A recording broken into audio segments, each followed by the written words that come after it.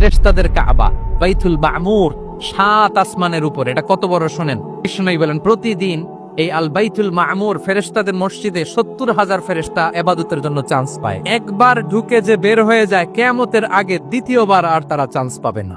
ওইটা শেষ। এরপরে সিদরাতুল মুনতাহা, সীমান্ত বৃক্ষ, এটা আরো বড়। ফেরেশতাদের জ্ঞান সীমানা ওইখানেই শেষ। এর উপরে কি হয় ফেরেশতারা আর জানে না। সিদরাতুল মুনতাহার এরিয়া শেষ। এরপরে শুরু হয় আল্লাহুল মাহফুজ, কোরআনের বাড়ি। এটা মিন দুররাতিন বাইদা, সাদা ঝকঝকে ডায়মন্ড দিয়ে আল্লাহ বানাইছে। আমাদের সবার তাকদীর ভাগ্যলিপি ওইখানে লেখা। ওইটা শেষ। এরপরে শুরু হয় লা জামান লা মাকান এরিয়া। ওইখানে কোনো জামান নাই, মাকান নাই, no time no space area শুরু। ওইখানে কুরসি, যেখানে আল্লাহ পা রাখেন বা কুদরতি পা রাখেন। বড় রাজা বাদশারা সিংহাসনে বসে পা রাখে একটা টেবিলের উপর, শাহী টেবিল, ওইটার নাম কুরসি। আল্লাহ বলে ওয়াসিআ কুরসিয়ুহুস সামাওয়াত ওয়াল আরদ। আল্লাহর এই কুরসিটা এতক্ষণ যা বললাম এই সবগুলার চাইতেও বড়।